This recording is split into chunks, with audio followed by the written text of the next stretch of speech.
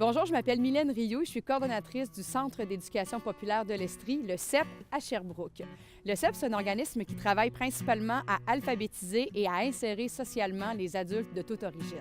Aujourd'hui, ça me fait plaisir de vous présenter notre projet Porte-Voix. Dans le fond, Porte-Voix, c'est une idée que j'ai eue à l'automne dernier. Ce que je voulais faire, c'était donner la parole, donner des mots aux apprenants du CEP de l'Estrie. Ce qu'il faut comprendre, c'est que les gens qui viennent ici, ce sont des personnes qui sont peu alphabétisées, souvent même peu francisées. Alors, elles disposent de peu de moyens pour échanger, pour se raconter, pour pouvoir partager.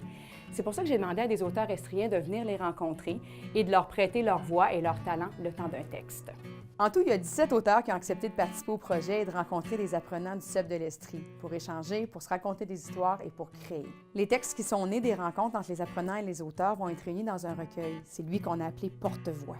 Mais c'est pas tout. On ne s'est pas contenté de textes. Oh, non, non, non. On a fait créer des illustrations par des jeunes graphistes du Cégep de Sherbrooke et Simon Rancourt, un super photographe, a accepté de faire des clichés tout à fait exceptionnels de nos apprenants. Donc, Porte-Voix, ce sera un beau livre à tous les points de vue. Je m'appelle William S. Messier, je suis écrivain natif des cantons de l'Est. Ça a été pour moi un grand honneur de participer au projet Porte-Voix. Mes grands-parents ont immigré au Canada au début des années 50, puis ils connaissaient très peu le français.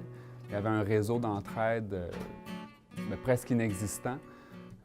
Donc pour moi, l'idée de rencontrer des gens qui connaissent aujourd'hui une situation similaire, ça avait une résonance très particulière. J'ai l'impression qu'on a réussi à créer avec le projet Porte-Voix un espace de familiarité, un espace de contact et d'échange, à même le livre, puis ça, c'est assez exceptionnel.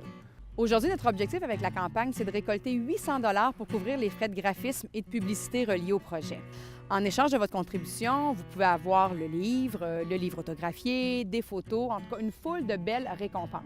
Et aussi, ce qu'il faut comprendre, c'est que le livre ensuite va être vendu et tout l'argent qui va être amassé par les ventes va revenir directement au CEP de l'Estrie pour financer les activités des apprenants. Donc, les étudiants ont donné à la base leurs mots et en retour, l'argent va leur revenir pour des activités. Merci de nous appuyer. Merci de porter nos mots.